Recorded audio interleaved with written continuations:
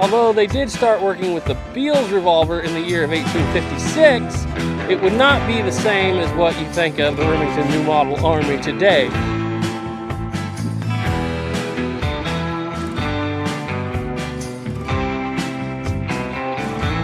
And if you're like me, you're into the history stuff, the books, you like the guns are worth their weight in gold. Because the gun, it's fun to shoot, it's fun to point with, but without the story there, if you're a history person like I am, without the story, it really doesn't mean all that much.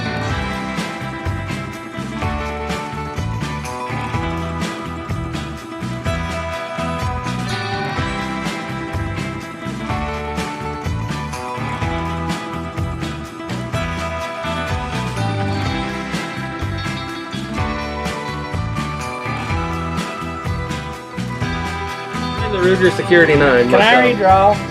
You already looked? No. You sure Alright. you did? Now on 3.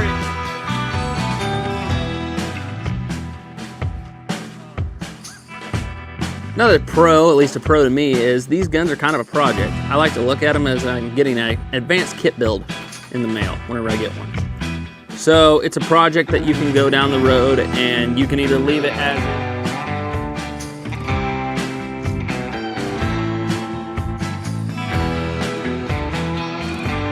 Most people believe that the Walker was Colt's first extent to a very, very large pistol, but it wasn't. This was. This is Colt's 1839 patent firearms revolving carbine pistol. It is massive.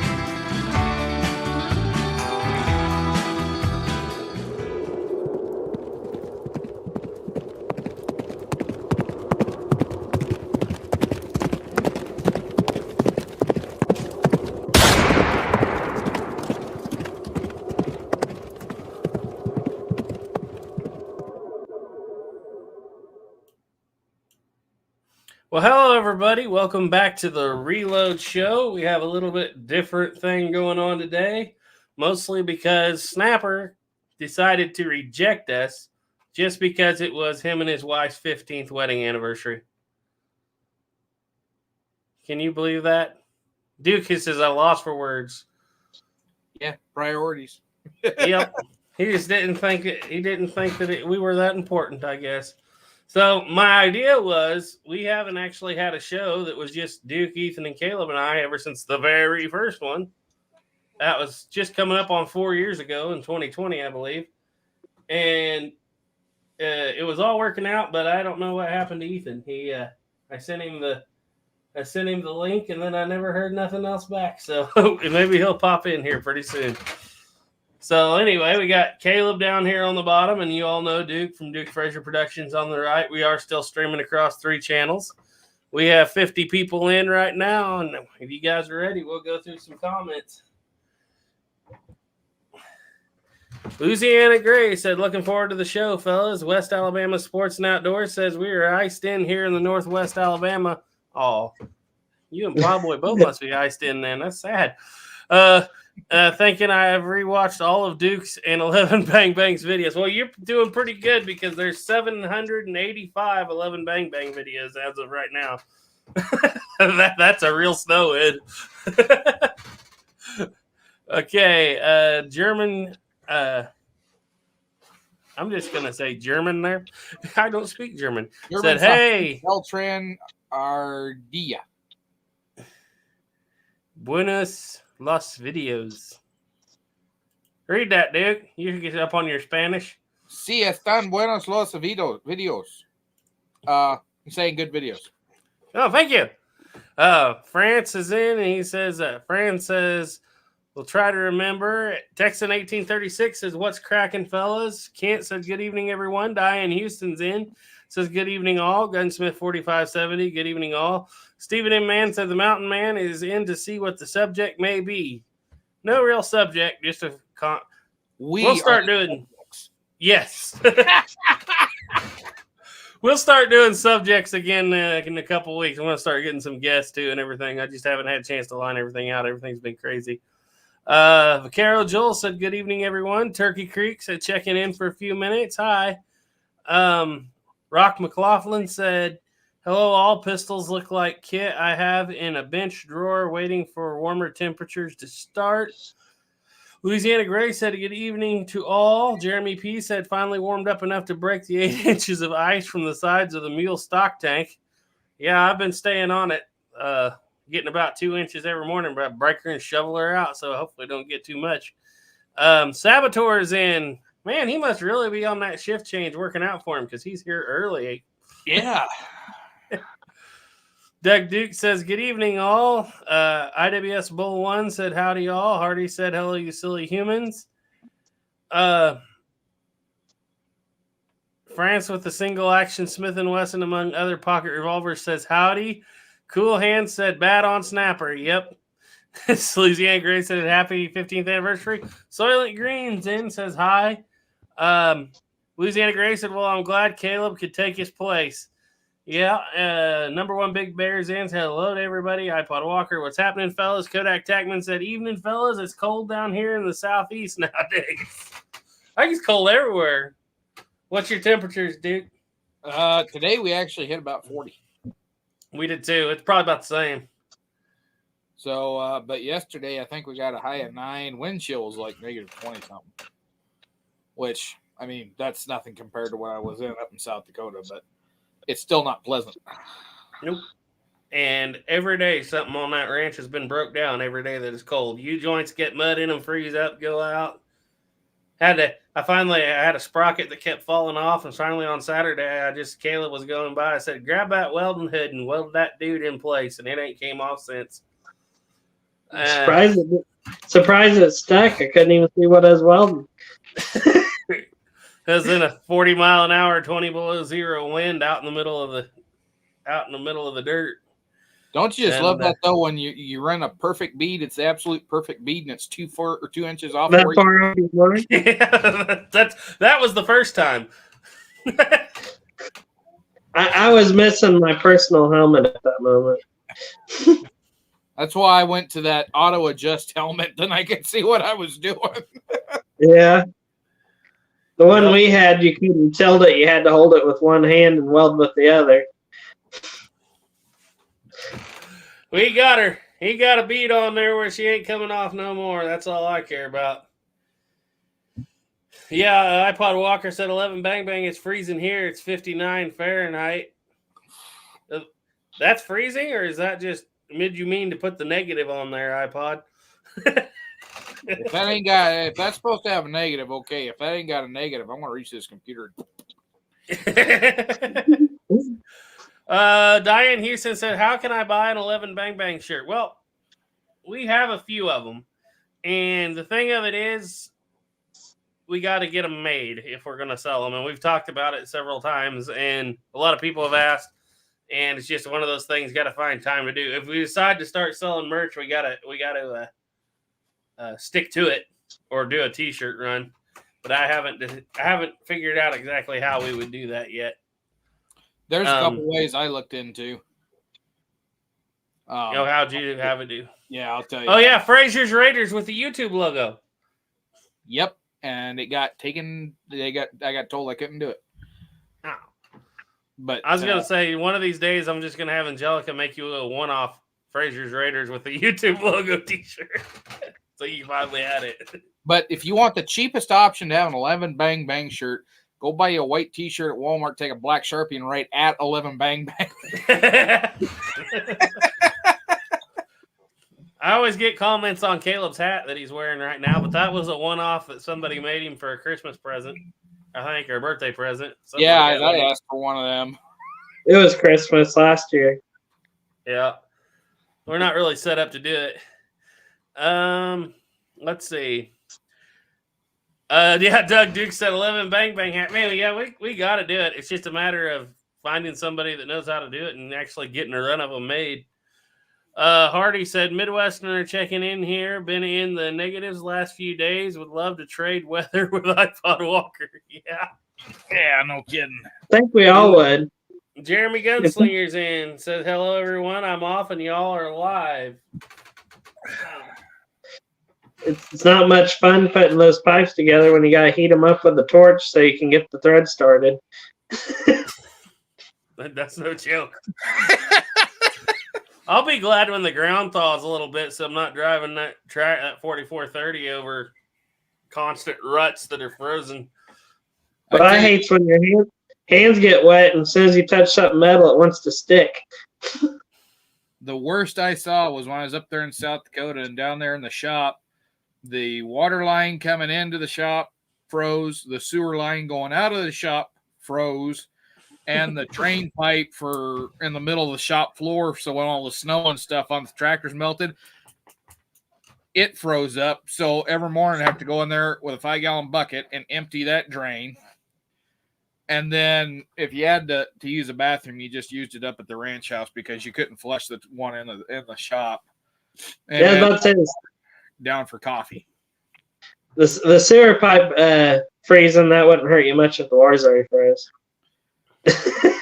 That's true. But what we was doing before the sewer pipe froze up was we'd haul down a big jug of water and fill the bowl of the toilet so that, we could use the toilet and didn't have to go up to the house. But hey, was it still line coming in, or was it all never the night? it was big line. I don't know how big a line, but yeah, it just all froze up because the hydrant out back froze up. That's what we were doing. We was using the hydrant out behind the shop because it had water, and then it froze up. Yeah, if it was all steel, you could have took your welder and put 2 leads on her and kick her on for a little bit. I'll thaw it out. Yeah, we didn't know that was a very long water line. We don't know where it froze at. Well, I'll tell you what, it's been so cold here. My goal last week was I'm going to get out there and make a Northwest trade gun video, even though Ethan's not here to do it myself. And it's like every day after being out there for 8-10 hours in a negative 20 wind, when you come inside, you're like, well, there just ain't no need to go back out there. We're doing inside videos this week. Sit down and get warm and fall asleep. Yeah. So there was a couple questions here. Gray Pilgrim said, howdy. Let's see. Hardy said, I vote we all storm iPod Walker's place and break out the shorts and suntan lotion. Okay. Let's see. Smoke said, real country dudes on YouTube. This is the first. Jeremy Gunslinger said, how about coffee mugs? They have a machine. You can make your own logo on them. Yeah, I have one, but it's one of those things that somebody made for me. I don't have a machine. Gray Pilgrim said it was frozen stiff for 4 days. Today was the thaw, and that was when the problems started. Yeah. What we saw was that was where the problem started. Okay, so Caleb, for you, Jeremy P wants to know, what loads do you like best in your 1917? I assume he means your revolver. Well, yeah. Whatever you're about to make me with the new bullets we got. 230 grain truncated cone with 5.3 grains of green dot behind it. It's not the hottest you can get, but it's a nice shooting round. Powder coated. Yeah. Caleb likes them pretty blue bullets. Yeah. I really like the ones I don't have to load. Should try powder coated in a 50-70 and see how they do. That's a good question. We're waiting on Jake because he's told me before, an exact quote was it was an unmitigated disaster. And then he told me he might want to try it again a different way. So I don't know. What were you saying, Caleb? I was about to say, didn't he say not to use black powder with powder coating? Well, he also makes smokeless 50-70. He's done a couple videos on smokeless 50-70 in a trapdoor. Yeah, your rabbit load. Big BB gun or big 22. Yeah, big BB gun. 50 caliber BB gun. Oh. Caleb and I actually painted last night. It was exciting, wasn't it? Yeah, Garrett's wife told us we didn't know how to do it. We didn't care. We did it anyway. Yeah. We are setting up a whole new side of the studio for trapdoors. We got the wall painted. We got the lighting set up. Hopefully it's going to look less yellow. Yeah, my whole table is kind of covered at the moment. Okay, Gray Pilgrim said 1917 Colt or Smith & Wesson. I have a Smith & Wesson. Ours is a Colt. We're going to get a Smith & Wesson someday, though. We just haven't yet. Let's see. IWS. I think it's IWS Bull. One said powder coat is awesome. Texas 1836 said, is Old Char still Ethan's favorite, or is he now leaning towards the 1777? No, I don't think he'll ever replace that Charleville. He's done some pretty cool stuff with it here lately. Basically, he rebuilt the whole thing into a rifle shop rifle, except the barrel. And he's pretty proud of that. You'll be seeing it soon as he'll be back in the 1st of March, and he'll be back doing some videos. Hardy said, have you noticed quite a few guns from the usual Italian suspects haven't been in stock anywhere for a few years, been waiting on a 61 Springfield? And it seems like they've been a soft discontinued. A 61 Springfield or a 61 Colt? Are you talking about a 61 Springfield muzzleloader? Yeah, those are trust me, 61 Springfield muzzleloaders are kind of unobtainium right now. Well, we was just looking at that. I thought I said Dixie Gunworks had those in. I was looking for originals. Looking at that the other night. Yeah, for $1,500 or something like that. No, they had. Well, yeah, they were close to that. All right, I'm gonna look again here. You go ahead. You could get original for that almost. I'll tell you what, the Italian stuff has slowed down since Corona. And the stuff that is coming in, I haven't had luck with anything for quite a while from the Italian makers. Okay, birdies that are bad, Piettas that are junk, not working well. It's okay, there's a smoothbore. Let's see, it's probably out of stock. Out of stock. Where's it? Yeah, it'd have to be rifled.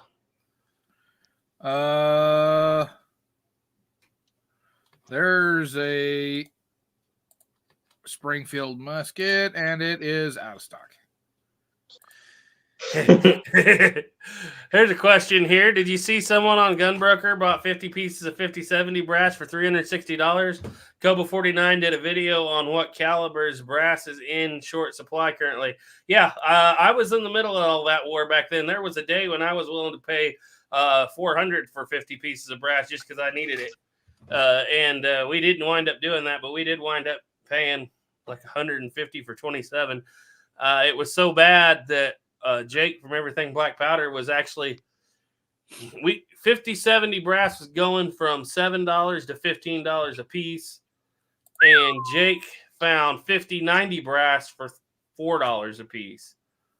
And so he just started buying 50-90 and cutting it down. Now we actually bought, I'd buy like 3 pieces at a time if I could find it. People were selling it for that. Right now, I'm on the hunt for something. I'm not on the hunt. I'm not going to say where, when, what, why, because somebody will go out there and outbid me. But I've got some money on 25 pieces right now. So, yeah, the 50-70 is probably one of the most rare pieces of center fire brass I have ever seen as far as modern stuff goes. Starline could crank it up. They've been backordered for 3 years. Go ahead. And that's what's so bad about the Spencer. We felt bad about having to cut some down to make bullets for it. Yeah, everybody's like, cut 50-70 down to make Spencer brass, and we're like, are you kidding me? I think Starline's supposed to start 50-70 this year. Last I talked with them. Yeah, they said that last year when I talked to them too, literally a year ago. So yeah, there is one 1861 Springfield rifle musket available on Dixie Gunworks for $14.75. Get an original in pretty good condition for $12 if you can find it. Getting pretty close to original there. Yeah. James White says, what happens when you run out of wall behind you? Do you build on the house? No, I just make Caleb go buy another one.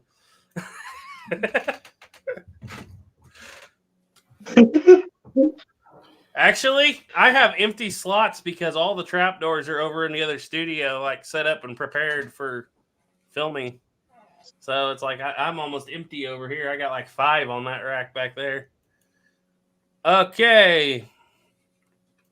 iPod Walker said 11 Bang Bang. What's the status on the pattern 1776 build? Caleb would know more about that than me.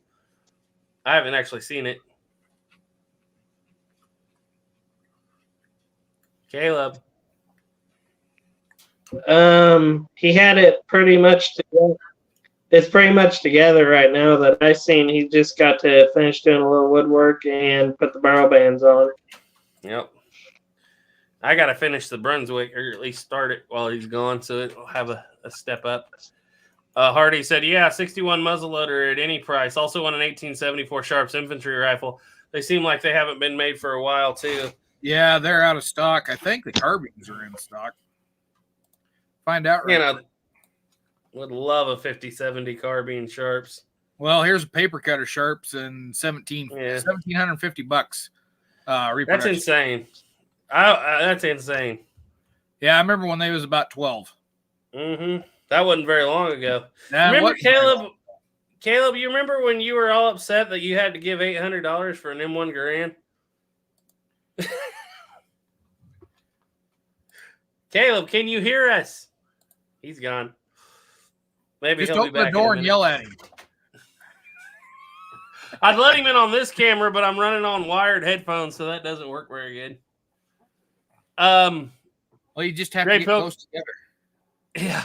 Greg Pilgrim said, I prefer Army San Marco, but if I find them, they are all well used. Yeah, and there's just no parts for it. I have one sitting right over there that needs parts that I can't find parts for anywhere. Fran said, question about what is left of the exploded India musket. Without grabbing the gun, because that'll get us in trouble. It's right here. Actually right above my head. And I'm working on piecing all the little splinters back together like a jigsaw puzzle. They're actually all in a little Ziploc bag up there. Glue it together, wrap it with rawhide, and make a canoe gun out of it. I want to send Duke the end of the barrel and the butt plate so he can make hide scrapers out of them. Yeah. And then I got to help him fix up and make that one look good. Rawhide. Okay. I think what you ought to do is I found this one of a musket that was converted, and they took one of them triangular blades from a gun stock war club, and they put that in the stock. You ought to put that on there too. Well, here's my main issue. I know I can fix it. I've got it pretty well lined up, but when I go to wrap it with rawhide, when the break goes right through the lock channel, so I've got to roll up over the outside of the lock, I guess. Yeah. Just a little bit. But, I mean, I can get it together. I just got to actually do it. My tight bond glue's over at Ethan's. No, yeah, that's perfect. That'll work. Oh. Let's see. Gray Pilgrim said for 5070, yikes, yeah, 5070's unobtainium. I mean, right now I got my eye on $20 or 20 pieces, not $20. I promise you that. But I'd like to have at least 75. I got 50. We got 50. I'd like to have at least 75 to do the series with. Ethan was out there shooting the Cabin Fever Challenge with a 66 the other day, and I was like, every piece that was going on the ground, I was like, middle note, middle note, middle note. We lost one piece, and we hunted, and we hunted, and we hunted, and I could not find that piece of brass. Finally went home and said, it'll turn up. So we get home, and Ethan kicks the rifle open. Oh, I forgot to eject it. We found her. Oh. I never heard that part of the story. Nope, we found it. And there's one at my house, and there's one at your house. So I know where they're all at.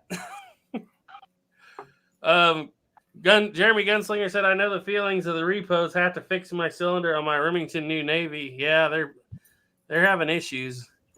Desert Rat said, I have a Petter Sully 1861 Springfield 3,000 4-wing musket caps. Yeah, I got 2,000 over here behind me.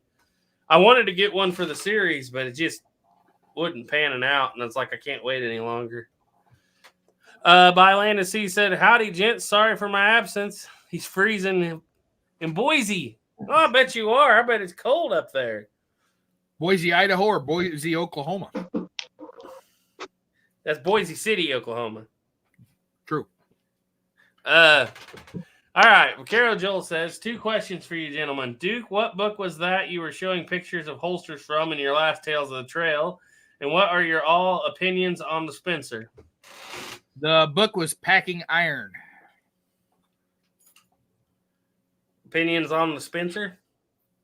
One of the best rifles. Better than the Henry in a lot of regards. But unfortunately, the government didn't want to buy them anymore because they went to this deadgum single shot trapdoor carbine. And so they became obsolete. So they didn't want to. I wonder if I've often wondered what it would have required. Well, first of all, the licensing was up in the air with that. And there was a bunch of licensings up in the air with the Spencers in the 1870s. But I've often wondered just how difficult it would have been to convert that to center fire. That would have made a world of difference for them. It would have been hard. Wouldn't have been hard at all.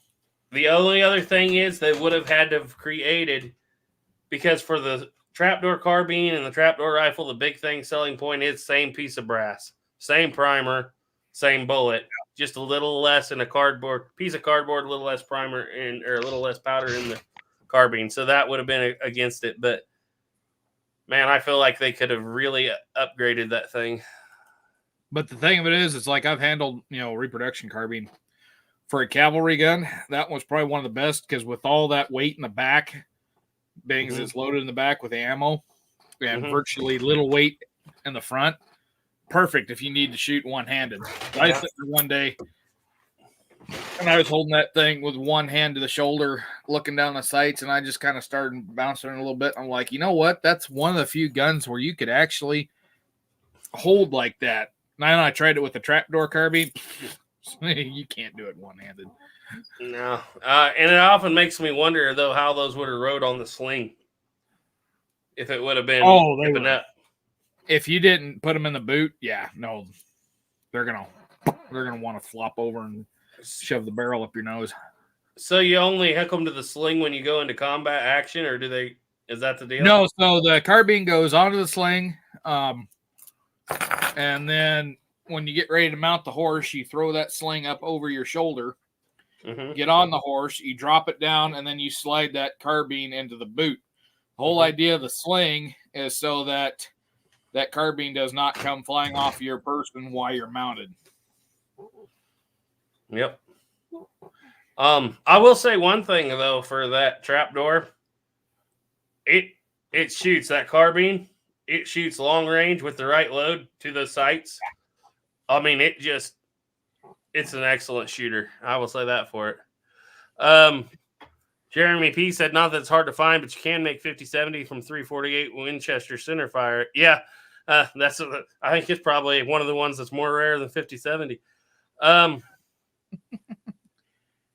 Vaquero Joel said, carbines on the frontier. What were the issues and what was it good at?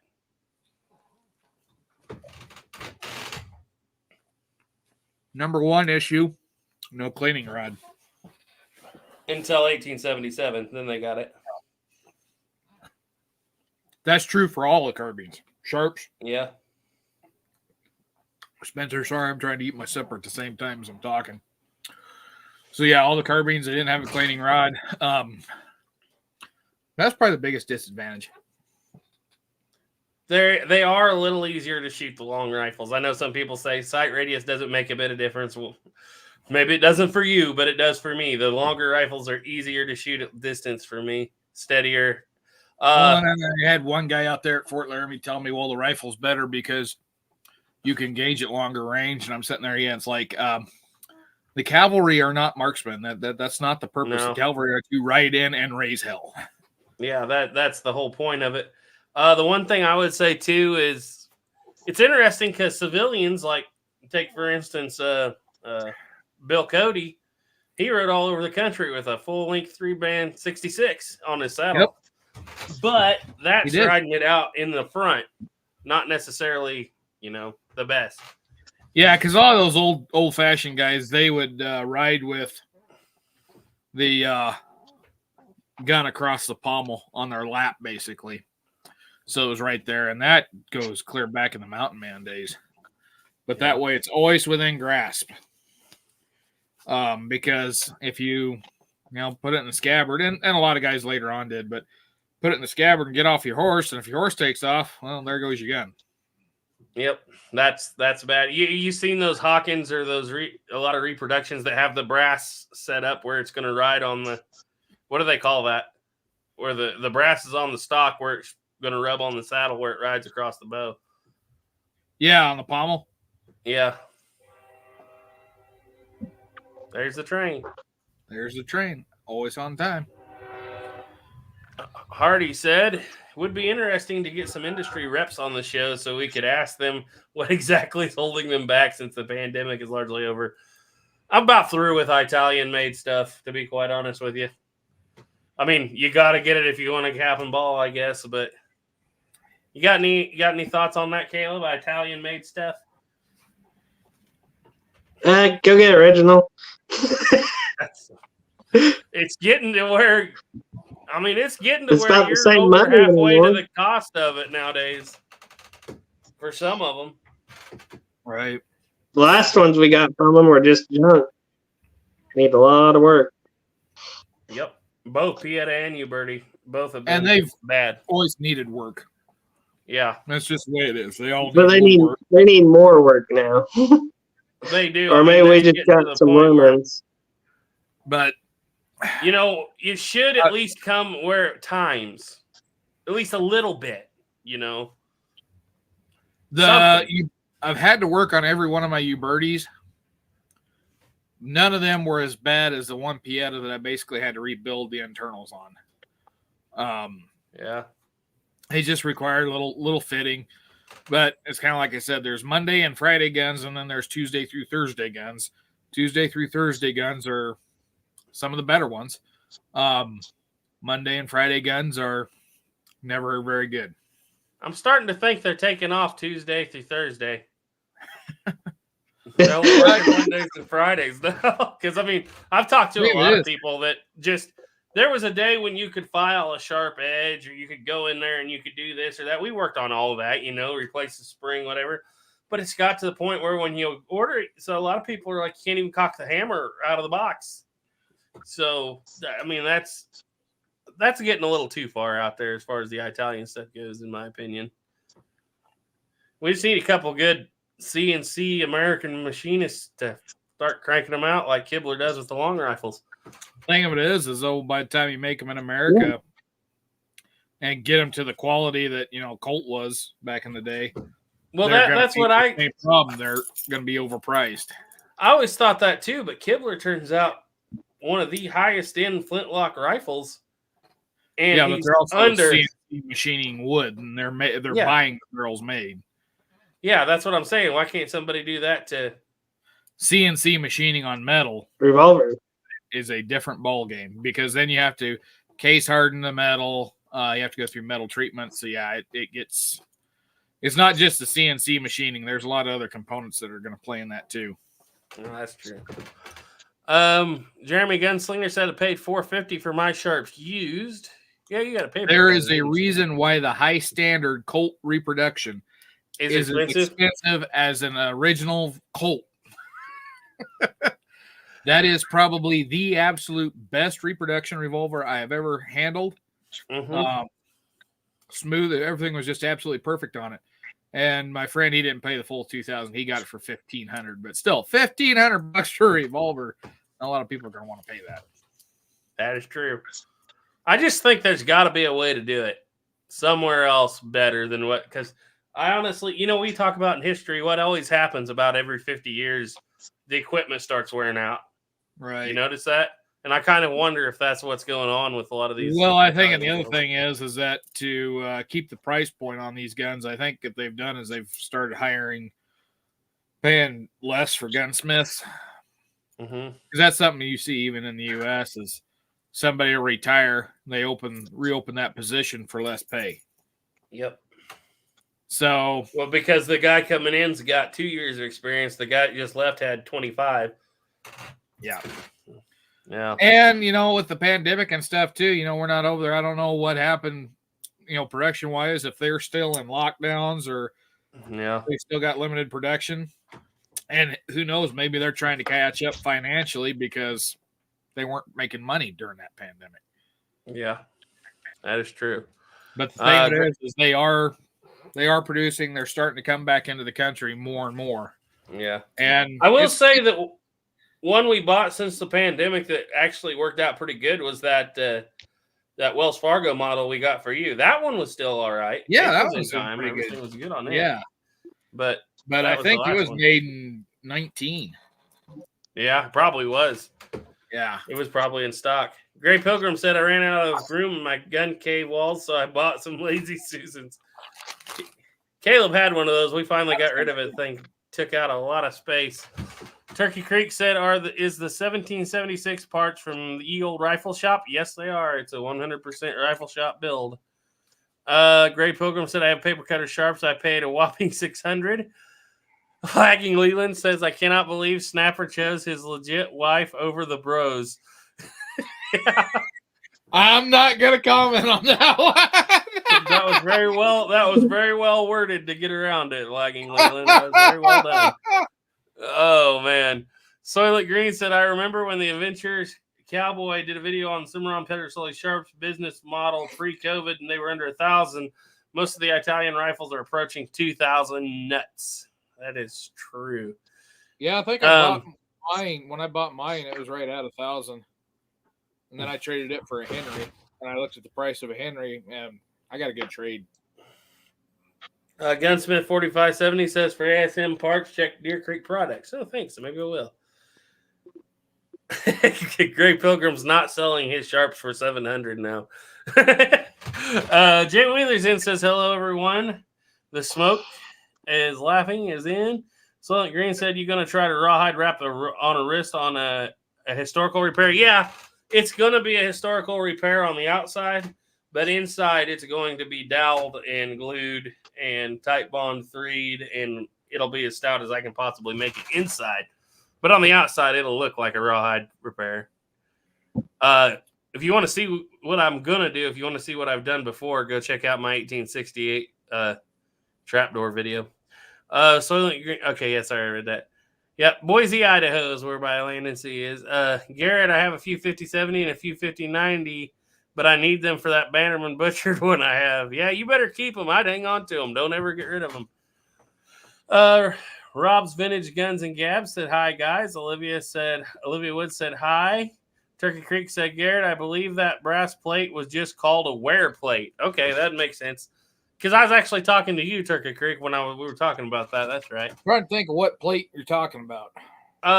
He calls it a wear plate. It's just, we were looking at a couple of real historic reproductions, and they were actually 62. One was a 62 caliber Hawken, and the guy had built it up, and then there's this really thin brass sheet metal plate around the forearm right in front of the lock that wraps around and is tacked in place. And that was evidently a thing for that rifle for carrying across the pommel, so you didn't wear the rifle. That sounds to me more like it was a brake that was fixed with sheet metal. Well, it's not. It doesn't go all the way around. I'll show you a picture of one sometime if I find it, but it was evidently a thing. Because if it's put right there in the middle, if you put that across your lap, that's right. It's going to be covering right where the hole is in the saddle. Right across the middle. I don't See get what I what mean? you're saying. It's going to be sitting there right between the bars on the saddle. Yeah, it might be, but it has to sit on the saddle somewhere, and that thing's about that long. So, okay. I've seen it. I'll have to show you. It's a picture of one. Hardy said not to harp on the Italian stuff so much, but it's not like they're using cheap labor from a third world country. I wouldn't think making them in America would be that much more expensive. Jeremy P. said, I came to the same conclusion about Italian imports years ago when USFA was still affordable. Caesar said, I think I'll get a Pedersoli PA Pennsylvania rifle in my neck with my taxes. Cool. That'd be good. So I was talking, this has been years ago. Oh, sorry, I didn't mean to interrupt. Go ahead. No, go ahead and say something. Caleb, are you still with us? Yeah. Okay, good. This has been quite a few years ago, but this same thing come up. Why can't we produce them in the U.S.? That's one guy who was a machinist, basically broke it down, and to produce the same quality Italian revolver in the United States And at that time, a 51 Navy for was going for just a little more over, about 350 in the middle, between 3 and 4. He said that same gun would go up to 600 to produce it in the United States. Yeah, but it'd be made in America. That'd make it better, right? Not always. Not if you're using everything the same steel, same everything. To produce it in the United States, you're going to jump that price up to about $600 or more. And he said that was a low ball estimate. I still don't, even though you said like Kibler's just machining the wood on those, I get that with the CNC, but you're still buying the barrel and the complete lock and everything for $1,200 and all parts. So, I mean, granted, you got to put it together yourself, but all the metal work's already finished pretty much. Right. It's just if you're talking in the white. A pistol to produce that's finished, they're going to be a lot more expensive than what the Italians are. Yeah, you're probably right. Rod's Vintage Guns and Gabs said, sold all my Italian stuff, kept my Thompson Hawken and my vintage English percussion side by side, and my flintlock trade gun by David Dolliver. That's all. Yeah, because number 11 caps here are non-existent. Glad I kept a stash. Yeah, I've been trying to convert everything over to 4-wing musket caps that I can find because I got a lot of those. So I looked up. Remington is producing caps again. Really? Very slowly. You can get them, and there's certain localized areas that have them. I found some online. I think it was like 1,000 of them, but high priced. Yeah. Gina Wood said, Coca-Cola with Duke, good evening. And Stephen M. Mann said, I have 1,500 wrapped up in my most recent revolver that just left New York today. Yeah, that's they get spendy fast. If you're going to buy an original of the big, I'd say if you're going to buy an original of the 51 Navy or the 60 Army, buy them now because they're not coming down. They're going up fast. Those two are anyway. 49 pocket model still staying right down there. It's kind of interesting. Well, I mean, it's more common. It was, most produced Colt firearm ever. Yeah. There's a lot of them around. Whereas out of those three, the 60 Army is probably the most rare out of those three. So that's why it's up there past $2,000 now for an original. iPod Walker said, 11 bang bang. If the gun is made in Italy, I just came back last August from Italy, and there is no lockdown. It's all free run. John Ski said, Rindle Holb over Springfield Trapdoor, LOL. Well, I don't know what that first gun is. Do you know what that is? No. Well, I guess I can't argue the point because I don't know which gun he's talking about there. Rindle Holb. Yeah, Uncle Chaw said, I think Kibler might get into a trade gun this year. Yeah, I heard that. That'd be interesting. Now that I might definitely be interested. I'd be in first in line for that. By the way, if you get first in line with them, be ready to wait a year. Stephen, well, then just order me one while you're at it, Garrett. Yeah. Okay.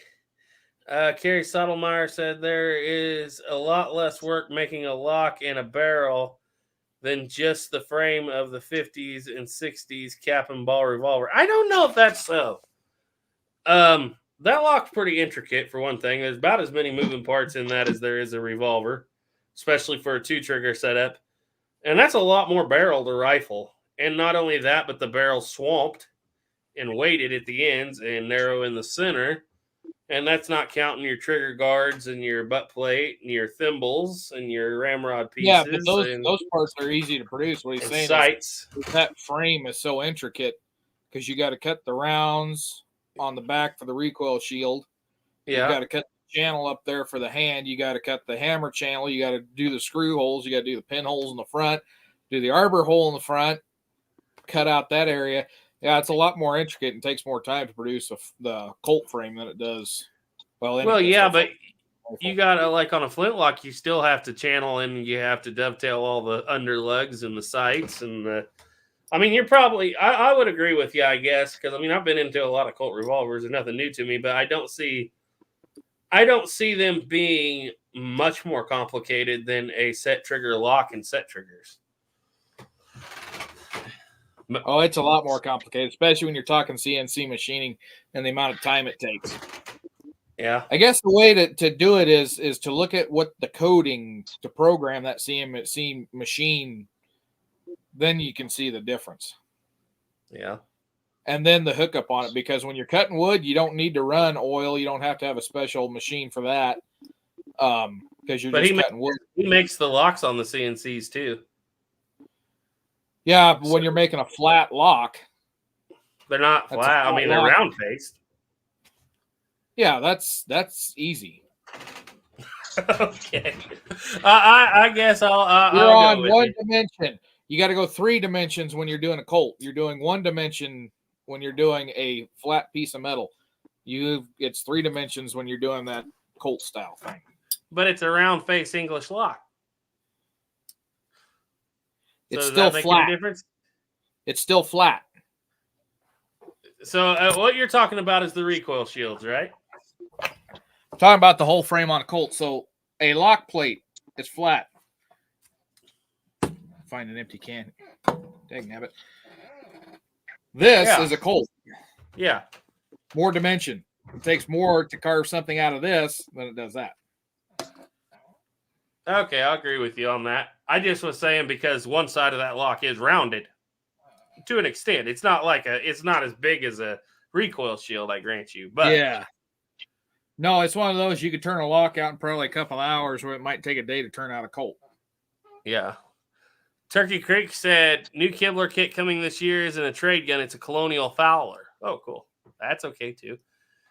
Soylent Green said maybe India will make a smoothbore Colt revolvers. Colt revolver. Okay. Okay, yeah. Todd B said he meant an 1871 Rindel rifle used by Austro-Hungarians. Oh, okay.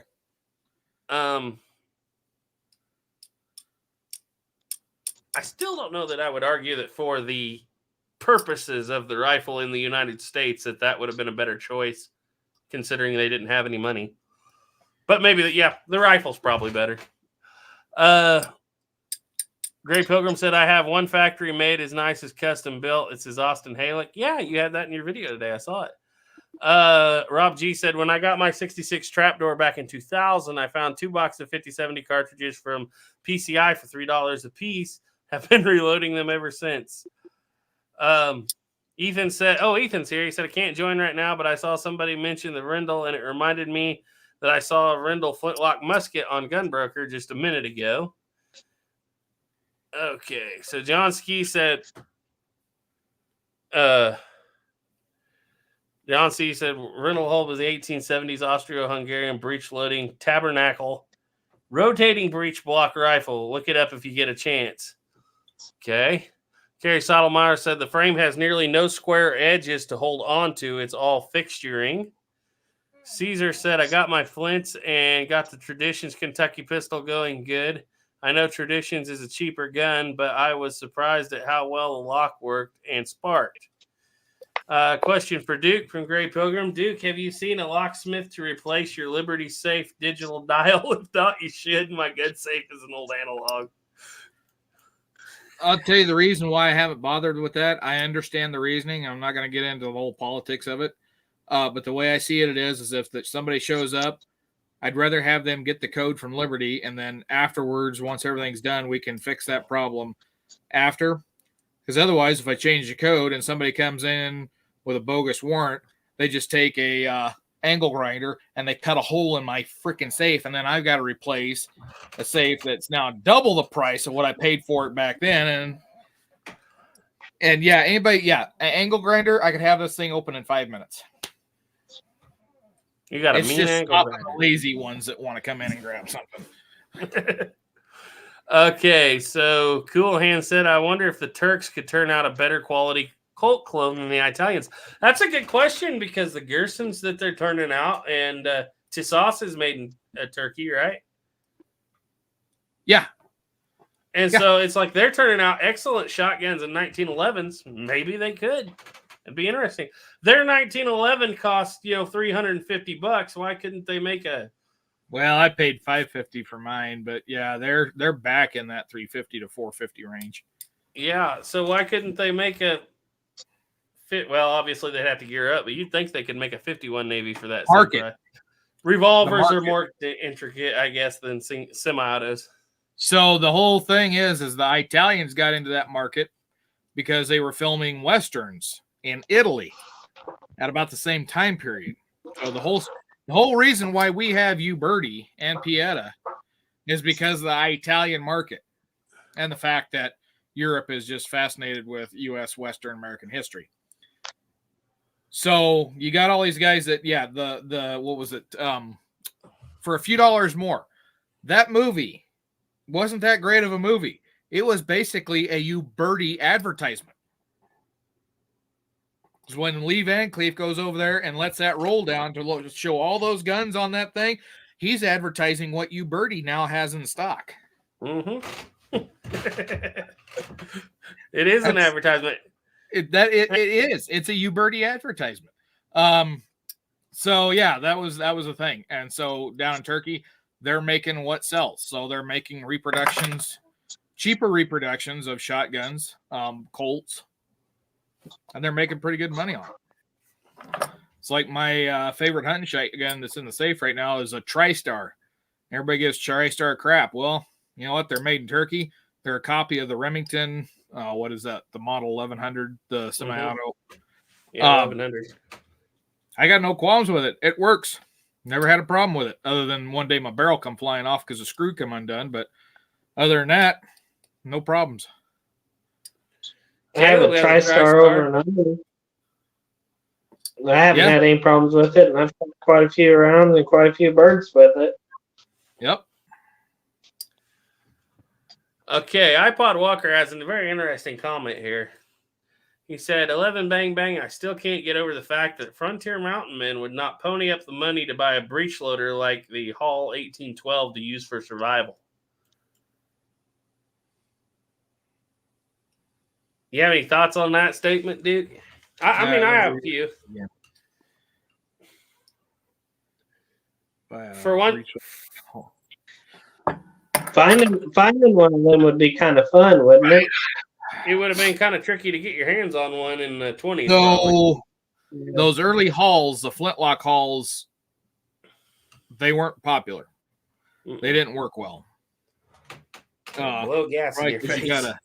And you've got this flintlock right in the middle of your sight picture. So yeah, they weren't that popular. The military didn't adopt very many of them, but the later haul that come out, around the time of the Mexican-American War, that one was very popular. In fact, Fremont, I think, even equipped an outfit during the Civil War with them. But it was just wasn't practical out here in the mountains. And it comes down to, I think you could probably, especially if you weren't buying the cartridges for it, the paper cartridges. Yeah. You could probably still load a smoothbore trade gun almost as fast as you could load and prime that gun, because you're not shoving it through the rifling. The good old smoothbore trade gun is just a spit the powder down, drop the ball, ram it home, prime and go, and it's not. And that's not to say that there weren't mountain men out here. There wasn't a mountain man that didn't have one. You see a variety of guns. It's just that there were some that weren't common. You'd see them. And then there's other ones that were just left and right. And so Dickerts, like I said, we've talked about Dickert rifles are noted. But probably the most common was the J.J. Henry. That's the one I was thinking of the other night when we was talking about them, Garrett. The Henry? The Henry. Yes. Yep. Not the Lehman trade rifles. It was a J.J. Henry rifle. That was actually probably the most common mountain man gun out there. Followed closely by the Northwest trade gun and then the Lehman trade rifles after that. But yeah, that's not to say there weren't, we down at Bent Swart, they had 2 locks from British Brown Bess muskets. Okay. Not a real common trade item. You don't see them a lot of places, but they had 2 there. Probably was a few more at other trading posts out and around the West. So yeah, not to say some mountain man didn't, but just wasn't that common. And you'd be sacrificing one of the most prized thing was accuracy, because that's one of the trouble with the hull, because it blows gas in your face and you don't have a good sight picture. But what I've noticed is a lot of mountain men have this issue. They will have the coolest, fanciest rifle one year, and then after rendezvous, they got a smoothbore again. Yep. Yeah, I forgot. There was one guy, I can't remember who it was, bought him a Hawken rifle towards the end of the rendezvous. And next season, he had to go in, and the beaver had been starting to get trapped out. It was kind of getting to that end of the beaver years. And he couldn't pay up his debt from the year before, so he had to sell that Hawken to cover his debt, and wound up leaving there with a Northwest trade gun and still in debt. That's about the way it goes, isn't it? Yep. Uh-oh, now we've lost Garrett. Do we still have Caleb? Yep, I'm still here. Okay. I don't know where he went. I don't know where Garrett went. Well, go knock on the door and see what he's doing. Okay. There he is. I have this crazy fancy mouse that I got with this computer, and and you wouldn't believe it, but they have an escape button right there on the side of the stupid thing. And if you bounce it, you kick yourself out of these things. I got an old hardwired mouse if you want one of them. This one's hardwired. What I really wanted was the old ball in the bottom mouse, you know. Oh, I'm talking about hardwired where it's got 3 buttons. Yeah. Oh. Is the metal one counted as a button? Yeah, it rolls and it works as a button, and I hate that thing because if you hit that button, instead of having to roll up and down the screen, if you hit that button, you just move the mouse and the screen goes up and down. Drives me nuts. Hey, Yeah. Garrett, what's the deal with the 41 rimfire out here? You been shooting it? No, I was cleaning in here. I was rearranging, and it got moved. Oh. Guns and Water. That thing's James Reeves burnt down every Turk shotgun he tried. And you know what? I saw that video, and I kind of have to disagree because I had a lot of Turkish shotguns, especially the TriStars. You can't kill them. I don't know what was wrong with his. I don't know what they did to it, but in normal use, you just can't kill it with a hammer. The ones that we've had, and I think Duke would probably agree. Mine, I've put probably 1,000 rounds through it at this point. If not 1,000, I'm getting pretty close. Yeah, it runs, it shoots, it still kills geese, ducks, squirrels, turkeys, whatever I aim at. Yep. And we're obviously not running them like they did in that video, but it is what you pay for. I mean, I've also seen people that do meltdown videos that say that the AK won't last more than a couple hundred rounds either. So, you know, it's one of those What was things. it, Iraq veteran? They fired an AK and it finally quit working and was going to single or semi or no, it was a bolt Well, action. yeah, his meltdowns were pretty epic because they'd go on forever, you know. But Yeah, I've well, that also- one he realized the reason why it melted down is because the barrel had drooped and the thing gas wasn't hitting. So they go over to a tree and they whap it on a tree, and guess what? It runs another 800 rounds. By Land and Sea said, I've handled some of the Turk pistols, and I have found that their quality control is kind of hit and miss. Some are amazing quality, and others will take a lot to make them good. Yeah, Gerson and Tassos are the two that I've handled as far as the handguns, and I like Gerson, and you like Tassos. Yeah, and so when Tassos first come out, they were not very good guns. They weren't. I mean, they were decent. The triggers were terrible. You know, Rock Island was better quality in them, and not dissing Rock Island, but I've seen some Rock Island guns that they don't look good. My uncle's got a little Commander over there, and it's got pits in the side of the metal where there was voids in the metal in the slide. Still works fine, but this one, when I got it, it's beautiful. It functions. It's smooth. It's got a nice trigger. Oh, the trigger is just wonderful in it. So yeah, I mean, they've improved. Yep. Scary Yeah, That's one of sorry. the things too why I say Uberti, everybody says Uberti here as of late has been really bad. Basically view it as Uberti is starting over again. Mm-hmm. So you're gonna have to give them a couple of more years before they start getting back to what they was before that wasn't that great. Rock McLaughlin said Turkey, at least a couple decades ago, had a lot of working gunsmiths that could have fit revolvers well. Kerry Stradelmeyer said, looking for military heritage, looking at a model 1766 French Charleville or a Springfield infantry musket, possibly a Brown Bess. What do you think? What do you think, Caleb? For what? You cut out. He's Can you thinking hear me? about, yeah, can you hear us? Yeah. He's thinking about a model 17 military heritage 1766 Char, the Springfield infantry musket. I would assume that he's either talking about the 1816 or the 1795. He said, or 69. possibly a Brown Bess. What do you think? What? The Springfield was pretty sweet that we had. The Springfield we had for a while was pretty sweet, but the Charleville's pretty nice too. Yeah. Brown Bess is okay, but I'd rather have the Springfield probably. Yeah, we got videos on all three of those if you're talking about the 1795 Springfield, obviously. But I mean, it depends on what you're doing. You get a lot of mileage out of the Brown Bess if you're trying to go for a certain era or something, or if you just want a good heavy hitting 12 gauge, basically. The other two are going to be a little more like a 16 gauge, I guess. And 20. They're more like a 20, aren't they? Well, no, the Charlevilles and the Springfield. Yeah, because they're 20. Yeah, they're 69. Yeah, you're right. So, I mean, if you just ask Duke, I mean, how much historical reenacting have you done? The Brown Bess carries you a long ways in a lot of places. Yeah, you can do everything from Revolution up through fur trade. Mm-hmm. But just to have one to shoot, the Springfield's pretty awesome. Yeah. It's basically just a Charleville with a different insignia, and different. They're basically the same thing.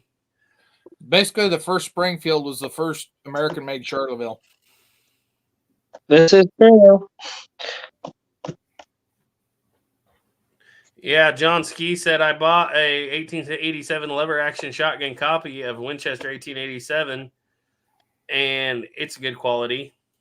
The Chiappas are expensive, but I had one, and somebody down right there bought it off of me. But mine was the Century Arms. Yeah. Greg Pilgrim said he once held a cap haul, but he couldn't afford it. He said, I have a Turkish made like Marlin copy of the model Winchester Model 92. Jeremy Gunslinger said the one that lived long probably had a few different types of guns on him from different people trying to get their fur. Oh, you mean Mountain Man? I mean, I know we've talked about this, but I think, what's the records you see of handguns and secondary guns?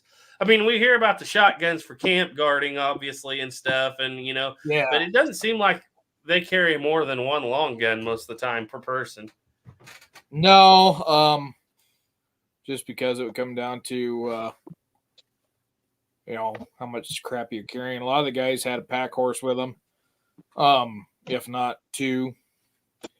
But everybody went out in brigades, like I've said before, the whole Jeremiah Johnson thing, going out by yourself, that's not going to happen.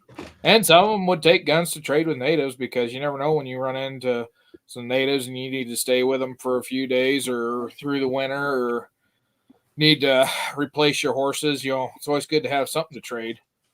But yeah, long guns, very rarely you see a guy with more than one. Now, when it comes to pistols, anywhere from 1 to 2, pretty average. Usually always flintlock mentioned. Patterson revolvers get mentioned several times. Mm-hmm. But it was also by guys that are remembering from long time past. So sometimes I think they kind of get their days and times and places mixed up. But yeah, everybody had a pistol for sure. Yeah. Or I should say just about everybody had a pistol. Smoothbore or rifle pistols, like a Kettling pistol?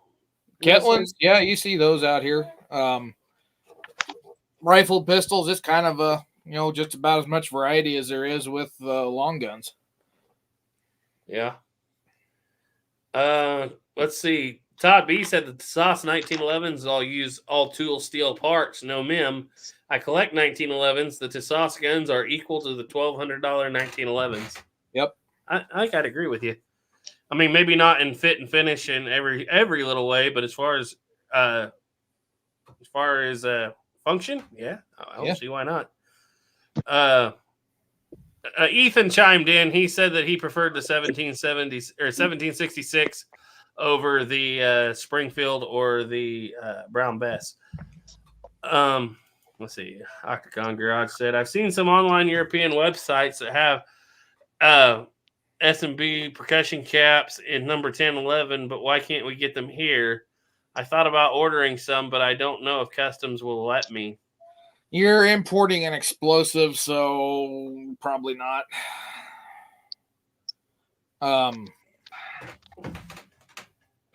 Yeah, I was trying to think where I looked up Remington number 10s and 11s, and there is a couple places that have them. They're starting to pick back up on them, but yeah. RWS, I know, was available for a little while. You could get RWS. Yeah. And I've been told RWS are better anyway. I don't know. I've never tried them. I do know that Remington caps are hotter than CCI caps. Mm-hmm. But you know what's sad though?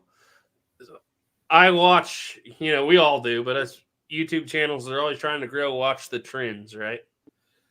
Pre-pandemic, you couldn't go wrong with cap and ball revolvers, right?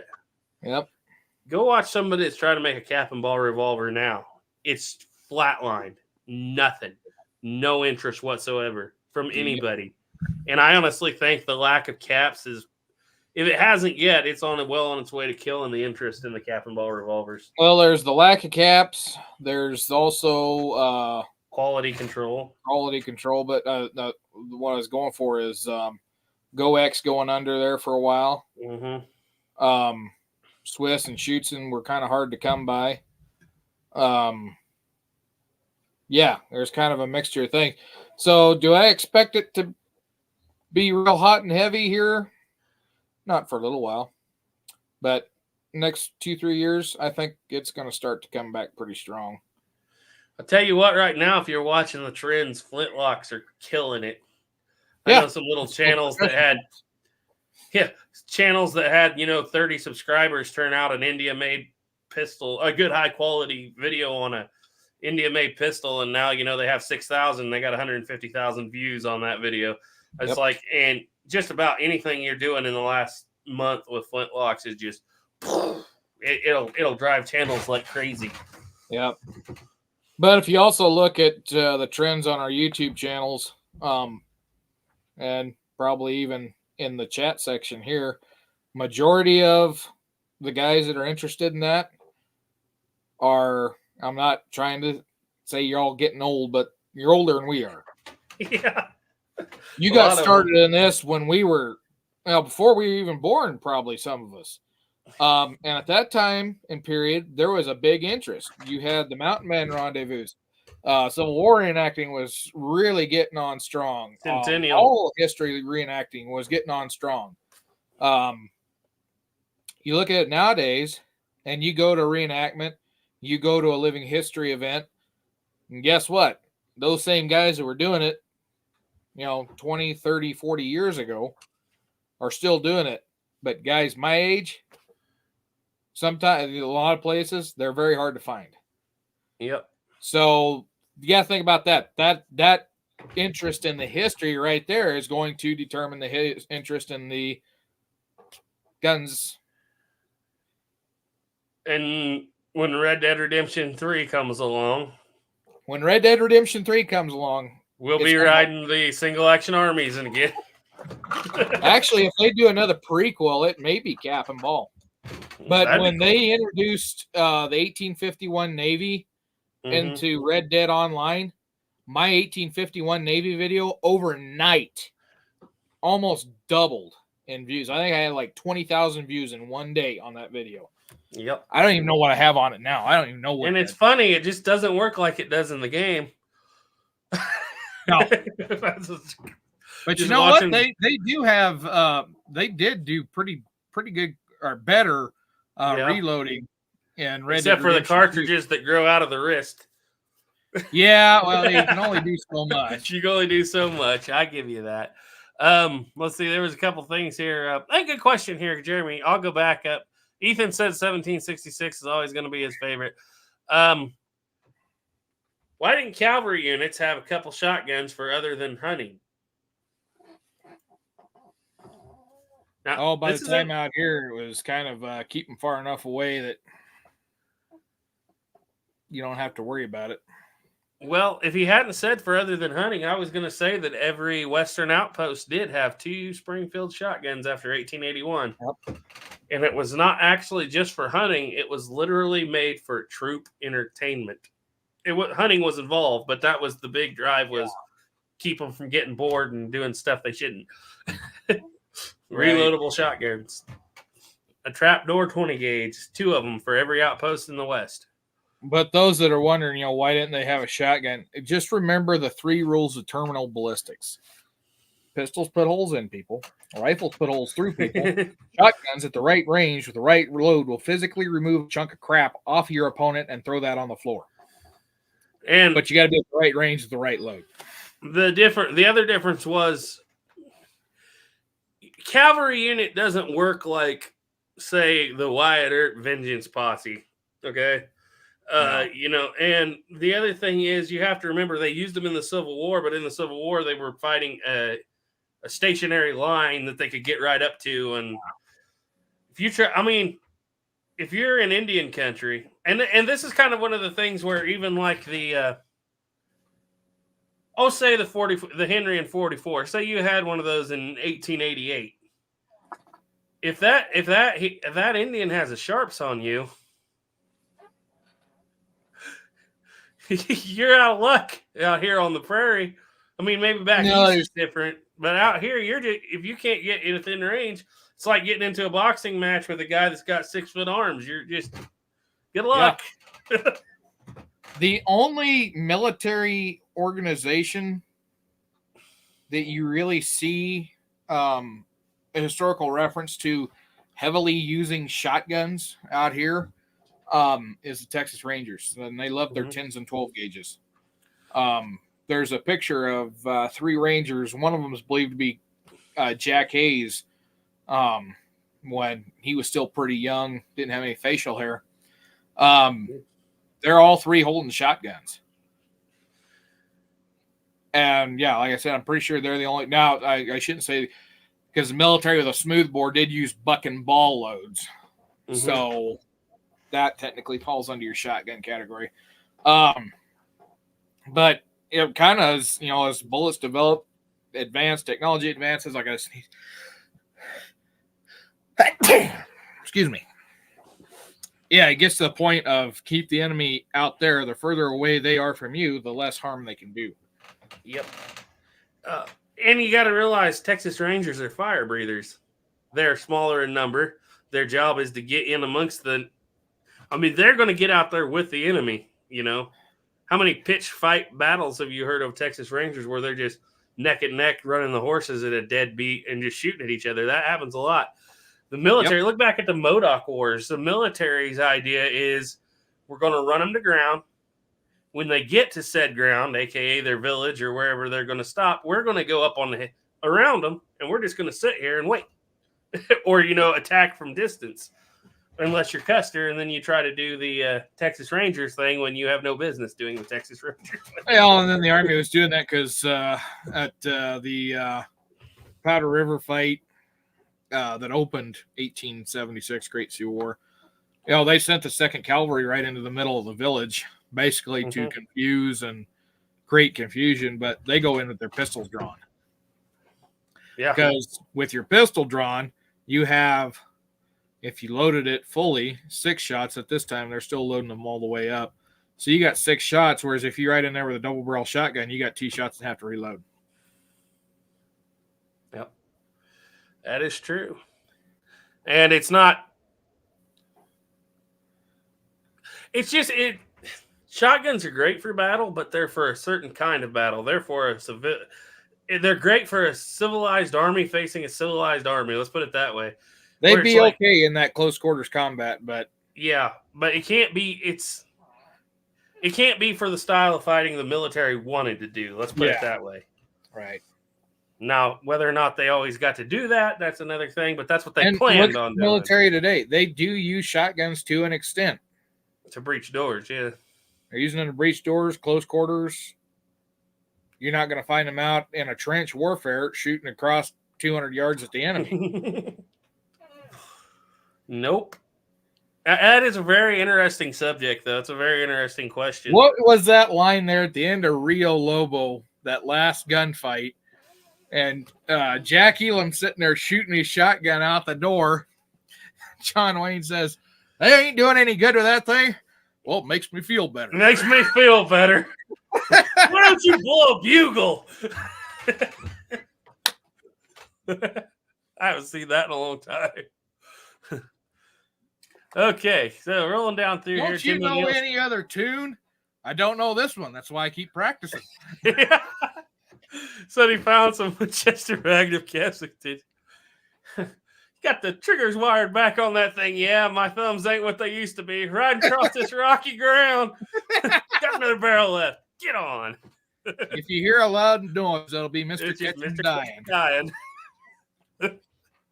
He's crazy. You're right. I'm crazy. Okay. Just got to stop her. Okay. IWS Bull 1 said, might be older, but better looking. Carrie Saltmeyer said, I'm sitting right here and you're calling me old. Jeremy P said, around here, it's actually hard to find a store that stocks black powder. Yeah, either make it yourself. You got to order it online pretty much anywhere now. Rock McLaughlin said, older than y'all is my camera on. Stephen M. Man, why, yes, I'm 40 year between you and I. 40. I am 40 year between you and I at Fort Laramie. Yep. Tim O'Neill said, I saw a video with Duke 9 years ago. I commented then. You know what's funny is that Steve worked with another guy that I'm good friends with up there at Fort Laramie, and that was before I was born. Hardy says, that is a good question. As far as shotguns go, what would you say that 10 or 12 gauge was most popular on the frontier? Either one. And it depends on what time period of the frontier. If you're talking pre-Civil War, 20 gauge is the most popular in the trade guns, 62 caliber. Yeah, trade guns. If you're talking like your actual, like your double barrel shotgun. Yeah, post-Civil War double barrel shotgun that you usually see, even a little bit beforehand. That's a good question. You think? Even in the 1840s, 10 and 12 gauge double barrel shotguns, side by side shotguns. Flints or caps? You see mention of double barrel shotguns in that area where they could be either. Mm-hmm. But one of the guys that I got a book laying around here, Louis Gerard, he talks about trading his fancy rifle that he bought just before he come out here. He bought it back east, trading that for a double barrel shotgun and a bag full of round ball. So we know he's shooting it with round balls. Mm-hmm. But and it doesn't specify, but he's out there in 1840 something, so it could be either way. Tim O'Neill said, I'm taking my wide earp carbine to the range tomorrow. New Pieta, stock nipples, 10-year-old caps. What could go wrong? By Land and Sea said, I don't know how true it is, but and as his doc, so he's usually pretty good on this. But I remember reading an article a few years ago. U.S. Army mule skinners would have Colt 3-trigger shotguns on the wagons. Yeah, now sometimes on the wagons, they would carry the shotguns on the wagons, but You also got to remember too, a lot of the times those are civilian contracts. Guys hired to drive them wagons too. Because at Fort Laramie, and Stephen can correct me if I'm wrong, but Fort Laramie, the wagon masters, or not the wagon masters, the mule skinners, they had their own little stockade that was built down to where the telegraph station would eventually come in the 1860s. They had their stockade down there. They were contractors. Mm-hmm. They worked for the quartermaster department. They were not soldiers. Yeah. Jeremy Gunslinger said figured they'd use the shotguns for forts defense during raids and stuff. Like I said, civilian contractors, but yeah, military issue, like Garrett said, in 81, you had the trapdoor. Prior to that, I mean, soldiers could buy their own guns. Well, they would buy a gun. The company fund would buy it. They did a run where Springfield paid. Just give me just a second here. They did a run where Springfield paid on this very subject. I just about forgot about it. Oh, they didn't make them themselves. Let's see, Start Receiver Arms. That's 80. That's close. Ah, right here. The double barrel Springfield system. Yeah. And this was in 76. Springfield Armory was asked to supply double barrel shotguns for use at Leavenworth Prison, obviously, and some other places. The Armory did not have them available, and therefore Colonel Benton requested the master armorer to come up with a prototype as he evaluated costs of commercial shotguns from Remington and Parker. While the author was reviewing many of these wooden pattern breeches, blah, blah, blah, blah. So basically, they bought a bunch of shotguns at $3.15 a piece. Prior to this, Springfield had always purchased foreign-made shotguns for service, as will be confirmed in the next letter. The records designate that over the years, 25 shotguns per year, 10 gauge, were issued to the military between 1874 and 1875. Between June of 1875 and 1876, 240 double-barrel shotguns were purchased. It is assumed the shotguns went through normal inspection, and as of yet, no surviving guns have been authenticated. However, the shotgun has been located, blah, blah, blah. But then they also talk about not just for prisons. Spencer shotguns, they purchased those. And they purchased Parker's. And these were also not only going to prisons, but going out to forts for hunting. So they could have been used in defense of the forts, I guess, if you had to. Are you still there, Duke? I am. Angelica Wood said, Garrett, is that a new setup / background? You haven't been in here yet, have you? Did you notice you had an extra couch in the living room? That shows how much she pays attention. Well, she just We're got gonna home. look at a couple books here. Okay. Frontier Regulars and Regular Army O. And if y'all are wanting a good book on soldiers during the 1865 to 1891 period, Regular Army O by Doug McChristian, great resource. This is kind of a companion to another book called 40 Miles a Day on Beans and Hay. Because it's kind of where there's an old Army song that goes along one of the chorus lines, or is it the chorus or the whatever? It goes 40 miles a day on beans and hay in the Regular Army O. So that first book, this one goes with it. Garrett probably knows that song pretty well. I know a little bit, yeah. Well, you should record it. I'd have to learn all the words, but maybe I should someday. After you record that song that we wrote. Yeah, okay, we got a few songs to record. And finish recording the one I started writing. We had a whole album almost started there. If I had just we're gonna keep going with it. Yeah. Let's see. Well, they don't have guns listed. They don't have shotguns listed. So let's go to hunting.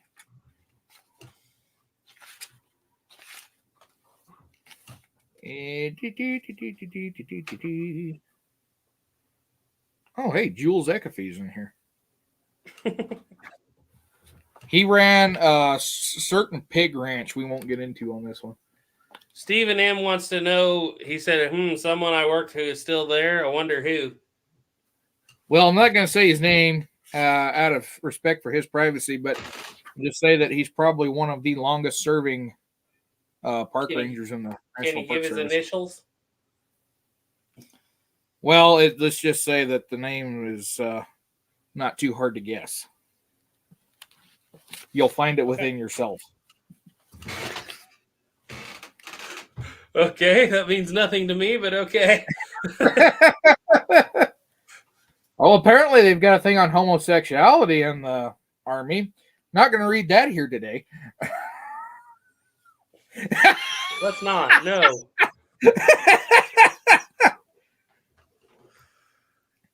Hunting. All right, we got a section there. Oh, hey, a whole 2 pages on hunting. 345.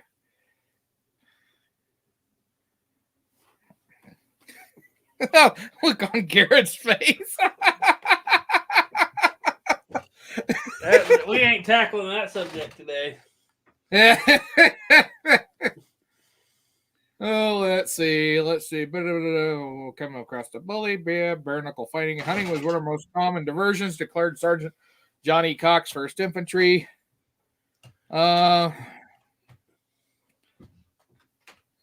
Okay, fish, mostly game used scarce near force because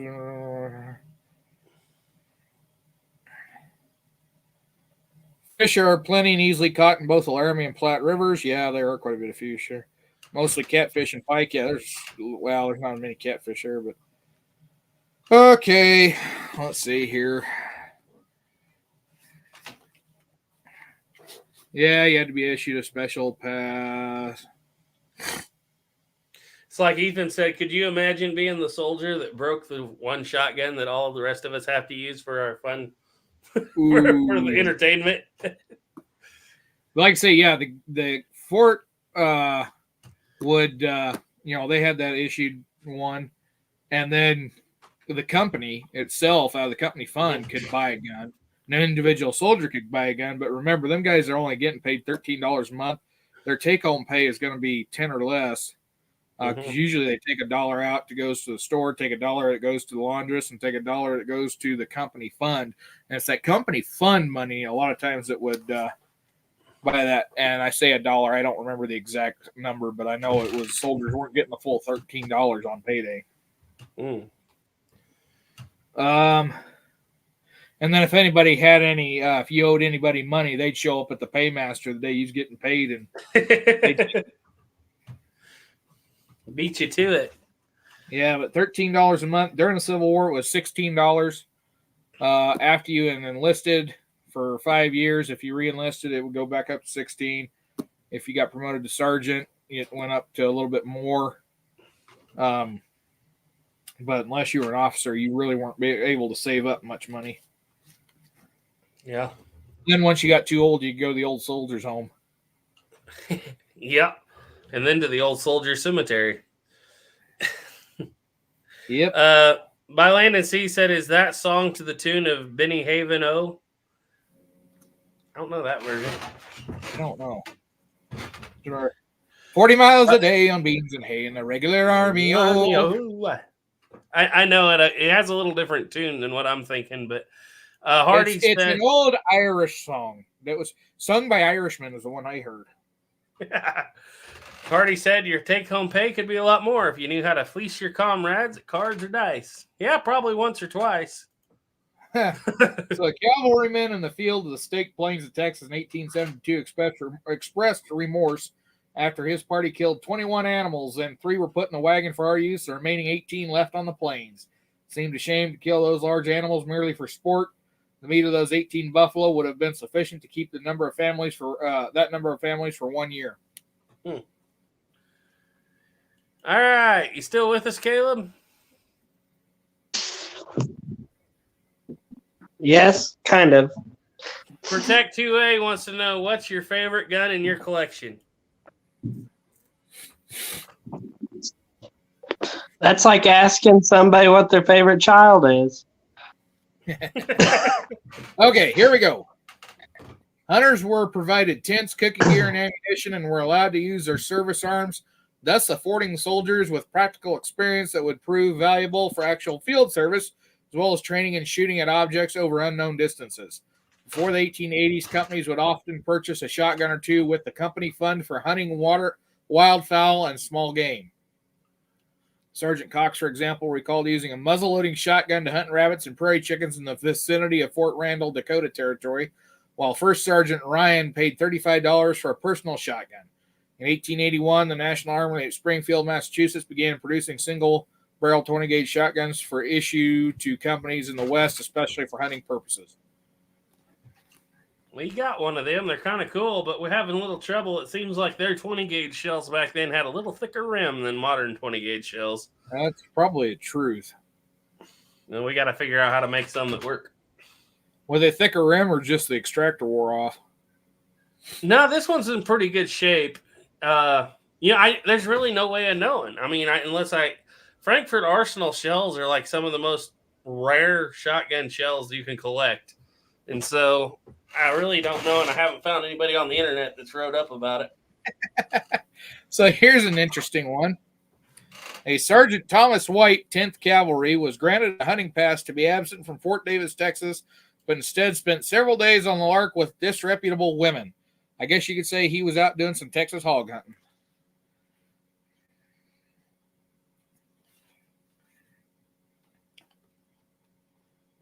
And then we lost Garrett. He got in trouble when he got back because he didn't.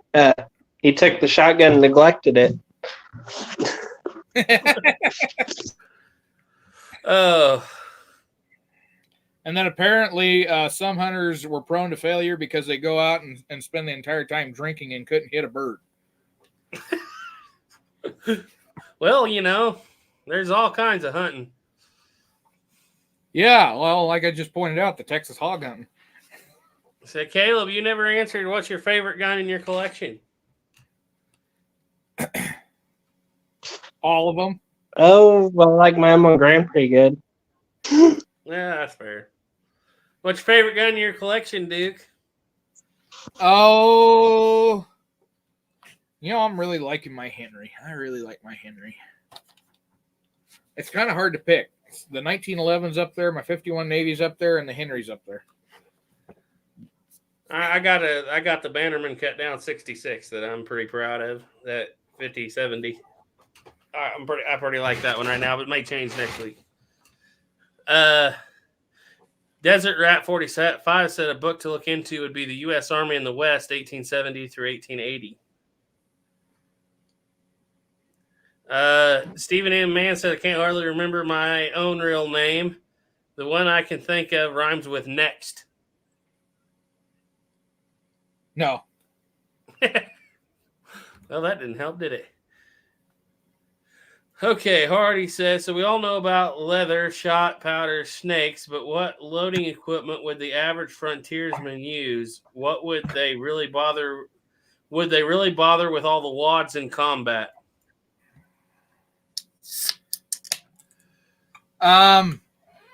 Usually wadding on like a shotgun, it's just whatever they can shove down the barrel. Yeah, if they're going to use a shotgun, they're just going to pour the powder down, drop the pellets down in there in combat, and just pull the trigger. But it also depends on the time. To answer ahead, Steve's thing, Steve, if you can't remember your own name, you're not going to know his either. So, okay. Hardy says, do we have any descriptions of practical muzzle-loading shotgun load of back then? Say that one again. Okay, do we have any descriptions of a practical muzzle-loading shotgun load from back then? No, because most guys didn't describe how much they put in it. They just say they charge it with powder and lead because that's an everyday thing. fact, most of the descriptions from like immigrants that come from loading a gun is from the women because they don't know how to do it. So that's something new to them. So they'll write about it. Yep. Actually, yeah. Covered wagon women in those books. There's a couple of them in there that describe the loading of a gun because that's something new to them. You don't think that they took their pre-measured antler and they poured it into the antler, and then, or do you think they just opened her up, poured it down until they decided to stop and then quit? Both.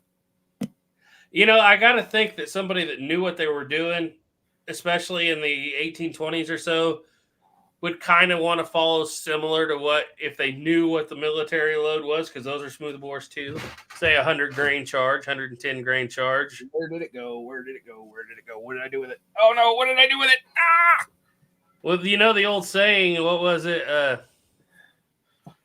So this horn that's copied off of an original that I made. Talked about this on the Tales of the Trails. You notice it's got these little button things here. That serves two purposes. One, you can tie your strings there to hold it up. But the other reason why this is neck down even smaller than back here goes into the muzzle of the gun. Yeah, fit it right in. Frowned upon today. Extremely frowned upon. That's because back in the day, some of those old guys, you know, in the mountain men days, probably blew up a horn or two. But at the same time today, we don't have a pile of natives coming down on us either at the same time when we're loading. We can afford to take time to be safer. It's kind of like when you hear a click and you're shooting a revolver and you stop to make sure you don't have a squib. In a gunfight, you're probably not going to stop. Okay. Stephen Mann said 1985 would have been the last time I talked to any of them. Tim O'Neill said, stop by the old soldiers' home done by Mary McCavern, oldest in Spanish-American Wars vets. I stopped to ask what the building was. He told me. We talked. I gave him $10 to buy a beer. Most of the loads came because the loads used. Okay, let's see if I can read this. What Tim said. He said, most of the loads became the loads that we use today. Yeah, I would. Well, for. Like a square load. Yeah, probably. I get that. Not like a smokeless. Right. Hey, Steve, I just sent you an email. Oh, man. Okay, so Guns and Water said, hello, garage guy. Protect 2A said, this is the most historically accurate mountain man I've seen. Iron Wing said, how are we doing, guys? Thinking of picking up a Cimarron 1887. Any thoughts, men? I have a Cimarron 1887. Duke and Caleb and I have all shot the exact same 1887 clone, and that's the only one I think we've ever shot. That was a Chinese-made one. Yeah. And for all, all of the bad rap them ones get, I must have got a good one. Yeah, the internals are so dadgum sharp, you will cut your fingers if you're not careful loading that thing. But that gun, I fed everything. I've never had a jam with it. It doesn't kick out the last shell, but that's the way it's designed is when it doesn't kick out the last shell, you're empty. I never had a problem with mine. And Mike Bellevue on his, he said he was having a problem, but I think the biggest problem, and the guy I bought that gun from told me the biggest problem that they had with them is basically short stroking. Because once you throw that lever out, that first resistance that you get, that first firm resistance, you've got to push through that just a little bit more to get that shell to pop out. Because that's when that lifter's getting ready to come back up, and that's where people often stop, and then it jams everything up. You got to go past that. It's a very long throw. Mm-hmm. A long throw. Jeremy Gunslinger said muzzleloader paper shotgun cartridges. Yes, those existed. But they would be expensive. Hardy said, safety wasn't invented till later on. In my reading, you come across so many negligent discharges. Literally, yeah. I'll tell you this right now: the immigrants on the wagon trains shot each other way more than they did anybody else on accident. Dropped guns. It's probably Dropped number guns. Always 'Cause in dropped that, guns. Covered wagon women. There's one they talk about there, and a guy, he dropped the shotgun, caught that hammer, and broke the hammer off and set the gun off and took half of his head with it. Well, John Wesley Hardin's dad was killed by a shotgun falling off of a wagon. The book I read, and you probably read that, Crossing the Prairie in 1861 or 1864, sorry, where she talks about I got that one. A cap-loaded shotgun where they went out to shoot some grouse and it didn't go off, and the kid got frustrated with it because it didn't even have a cap on it. Took cap off. He thought, well, I dryballed it. Throws it up on the seat. The wagon hits a bump as it's going down the road. Trigger sets off, and a spark from the hammer hitting the nipple goes into the nipple and ignites the powder and kills a guy. And the kid swears there's no cap on that gun. It couldn't have been that gun. And they look, sure enough, there's no cap on it. It's just literally the spark from the hammer hitting the nipple. It caused it to go off. There's an old guy I know that knew that. Yeah, I still know him. He's still around, but he went deer hunting with a Northwest trade gun that he'd built. And he didn't like the touch hole. He said the touch hole was too narrow, so he opened it up just a little bit. Well, he got out there, saw a doe at 50 yards, realized he didn't have his powder with him. He'd left it in the truck. His priming powder? And he didn't prime the pan. He didn't have any powder with him. He got out of the truck and then realized he had his shooting bag, but he didn't have his horn. So he holds the gun at a 45 kind of gangster style and touches it, and just the sparks going in managed to fall in that hole, and he shot that doe.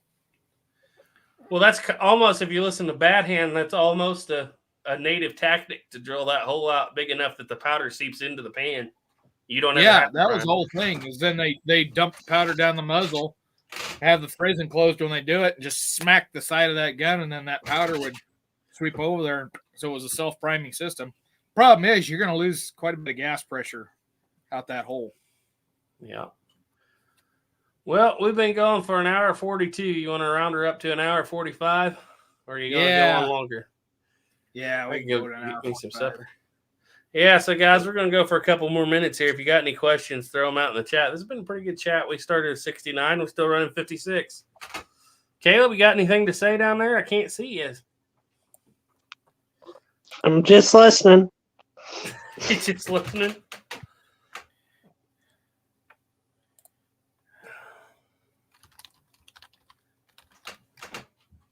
Yeah. Oh, yeah. Hardy said I have an original 1887 that's a lot less fiddly than a lot of repros seem to be. I've heard that. I have heard that. I've heard that the originals are actually really, really nice.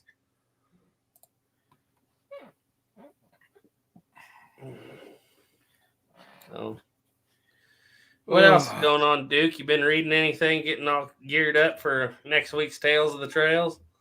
No, I need to. We're doing the Cheyenne Outbreak, right? Yeah, and I'll probably take a couple books to work with me. The thing of it is where I work at, you never know. There's some nights where, you can sit and read a book. And then there's some nights you just can't even sit down. So. All right, here we go. We're going to dive into this because Duke can. If we have to go a little over 145, that's fine. Duke, do you know anything about Lieutenant Colonel Lewis Henry Carpenter at the Battle of Beecher's Island, Colorado? So I remember the name, and I haven't read on Beecher's Island for a little bit. Let me grab the book right quick.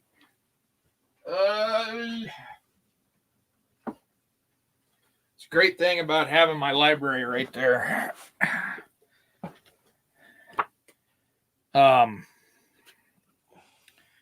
Because I can go grab my book. Yep, there he is. You call him Colonel. He's listed as Captain in here. He was shot and killed, right? Carpenter? No, not Carpenter. Oh, because he's the one that rescues him. Okay. It was Beecher. Beecher is the one that got killed. Okay, yeah. Yeah. Beecher's Island, Beecher. obviously. Yep. Yeah, he was the one that was wounded there mortally. Yeah, because it was Carpenter's Brunettes. One of the things I was reading up on. I need to. Yeah, he finds the burial scaffold, and then he finds Forsyth. Yeah. Let's see. Let's see. 169. But if anybody's interested, this book right here, if anybody's interested in Beecher Island, is pretty good. This is by John H. Monet, which I need to. There's a couple other books of his I need to go get.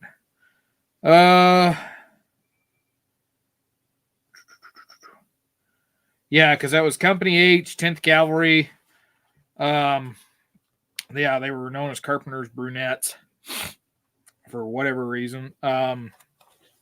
Yeah, they were the ones that was sent out and recovered them. So yeah, that was the Buffalo Soldier Unit. I had to refresh my memory there. I knew the name, but I just couldn't remember exactly what he did. All right, one more comment here. KSU Jedi said, not sure how far off you are from them. I'm just a little up north, but ever bought powder from Powder Valley in Winfield. Seems like when you're not buying, not making, you mention Graphs more. Yeah. No, because Powder Valley is just right down the road from me, actually. But for several years, they didn't do door pickups. Like, you couldn't go there and buy it. I don't know if they are or not now, but it was like you got to order it online, and they were always out of stock for a lot of stuff. But I just ordered from Graphs, and so yeah, lived right down the road from them my whole life. But I've never actually bought anything from Powder Valley. Maybe I should someday. Probably good people. I've looked. No, I have bought from Powder Valley. Because when Corona hit, and they gave us that first stimulus check, I ordered a bunch of gunpowder from Powder Valley. Yeah, was it a pretty good deal? Well, what I paid for 8 pounds, 6 pounds of powder, I could have only got 2.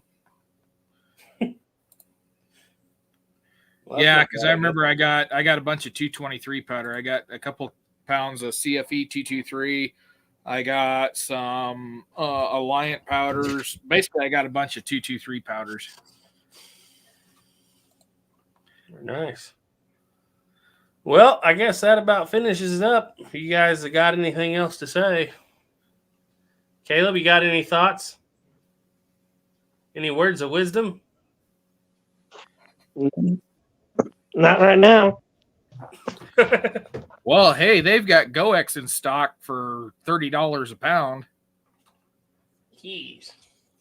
But of course, Pyredex ain't far behind it, so I guess that's kind of the new normal these days. Yep. Let's see if they've got anything for Schutzen. They got Schutzen for $22 a pound. And Schutzen is about the same quality as GoEx. CCI, oh, they're out. That's all out of stock stuff. Never mind. Yeah. Remington number 11's out of stock. $15 for a 10 of 100. Yeah, that was that was a long time ago. Yeah. RWS. Oh, that's for $250. Okay, I thought that was for $100. $250 is $36 a 10. But that's considerably more than. That's still pretty high price. Remember when you paid what, like $150 or something for 7,000 or whatever it was? Oh no, I paid $70 for 1,000. Yeah, that's $7 a 10. I've got about 1,500 caps in this safe. And I remember thinking, hey, I ought to do that, but man, that's expensive. Well, when I come out there, we can shoot some cap and balls. I'll bring some more because I think I brought about 400 caps out there last time. Yeah, when you come out here, we're going to make you a 50-70 trapdoor believer.